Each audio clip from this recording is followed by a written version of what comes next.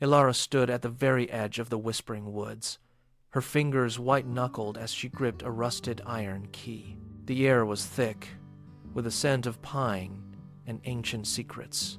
The village elders had whispered warnings for generations, claiming the forest gates only opened when the moon turned a deep sapphire blue. Tonight, the heavens obeyed the myth.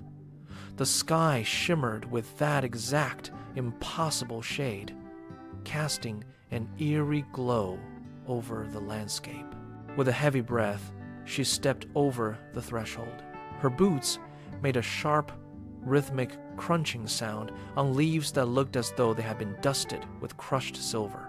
The forest was alive, watching her every move, waiting for the girl who held the key to its mechanical heart.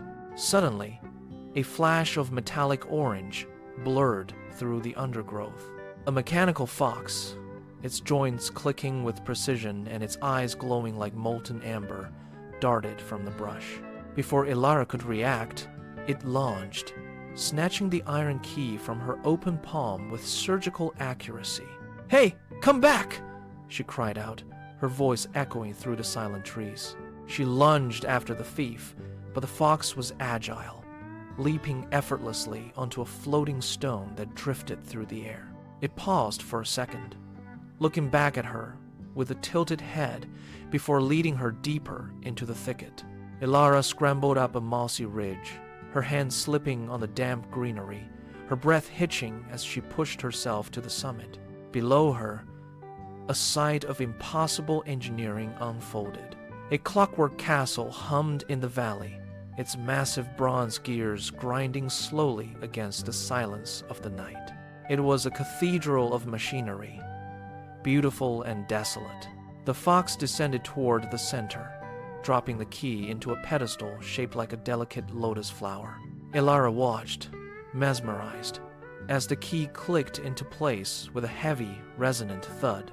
The ground beneath her began to vibrate.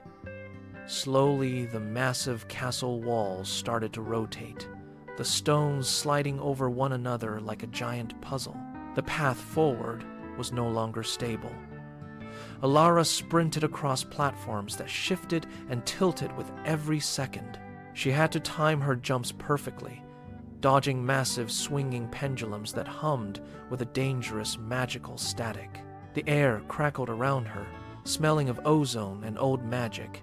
Each step was a gamble, the gears beneath her feet churning with relentless power. "Almost there," she hissed through gritted teeth. She reached the very center just as the final, massive gear locked into its socket with a deafening boom.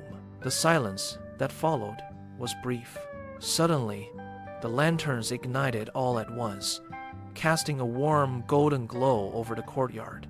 The darkness was banished, replaced by a radiant light that seemed to breathe with its own life.